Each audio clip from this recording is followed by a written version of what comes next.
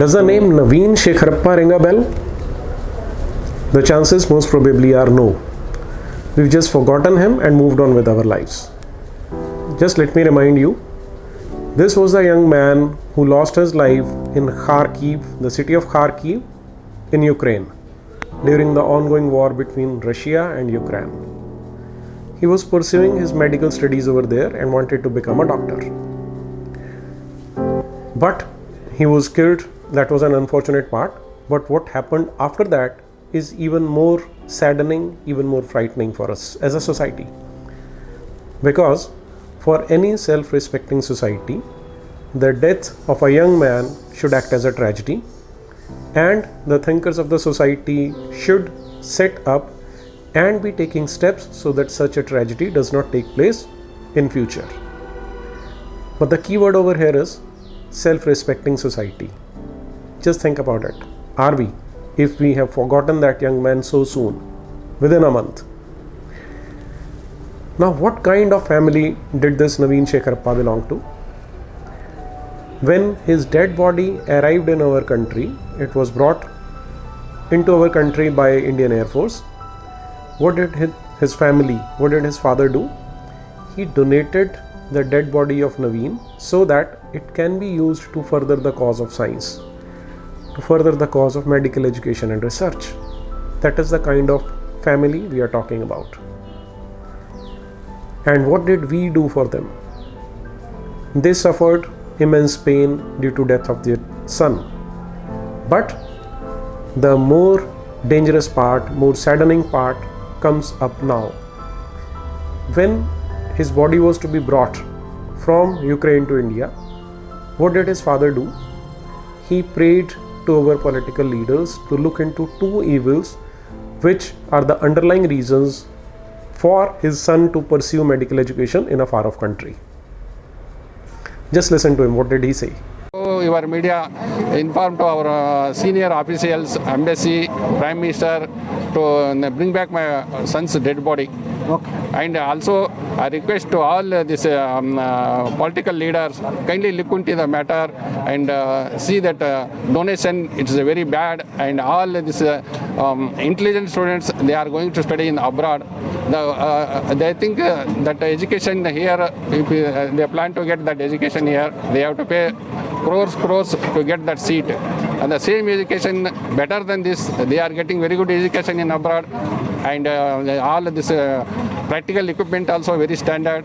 Here in India, only that caste wise, they are allotting the seat, because my son, he has got 97% in the PUC. Okay, thank you, sir. So he very categorically stated that the two evils, or the twin evils responsible for this tragic death were: one, the hefty donation fees or capitation fees which is being charged in the name of medical education by the medical colleges; two, the evil of the caste-based reservation, which deprives brilliant, meritorious students to pursue their dream of studying, their dream of becoming a doctor or an engineer from a reputed institute. But what did we do as a society? Our media has very conveniently omitted the second part. Just let us have a look at it. This is a tweet from a so-called media person. What is she saying? He asks government to also look at hefty donations that medical colleges demand, forcing Indian students to take admission abroad. No mention of caste-based reservation, the evil of reservations. The tweet by ANI, Associated News India. To get a medical seat, one has to give crores of rupees, and students are getting same education abroad, spending less money, says father of Naveen Shekharappa, an Indian student who died in shelling in Ukraine. No mention of the evil of reservation. Republic Word. Despite scoring 97% in pre-university course, my son could not secure a medical seat in the state.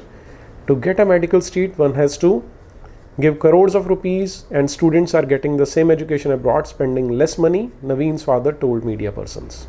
The liar, the wire. My son scored 97% but couldn't get a seat in India, father of student killed in Ukraine.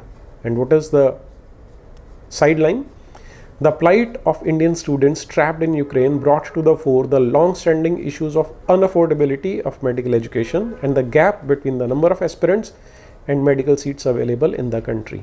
Again, no mention of reservation. Scored 97% in PUC, but my son couldn't secure medical seat in state. Father of Karnataka boy killed in Ukraine. No mention of the evil of reservation. India Today. Father of Naveen Shekharappa, the Indian student killed in Ukraine, has said that he was forced to send his son abroad as he couldn't get a medical seat in India. But at least India Today was honest enough to write one line, the last line of their article. He was forced to go abroad due to reservation in the Indian education system.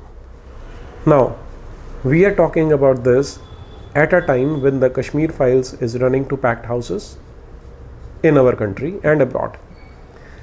It took a movie to portray the plight of Kashmiri Hindus suffered at the hands of Islamist terrorists in Kashmir 3 decades ago. Same is happening right now in front of our eyes with the so-called upper castes.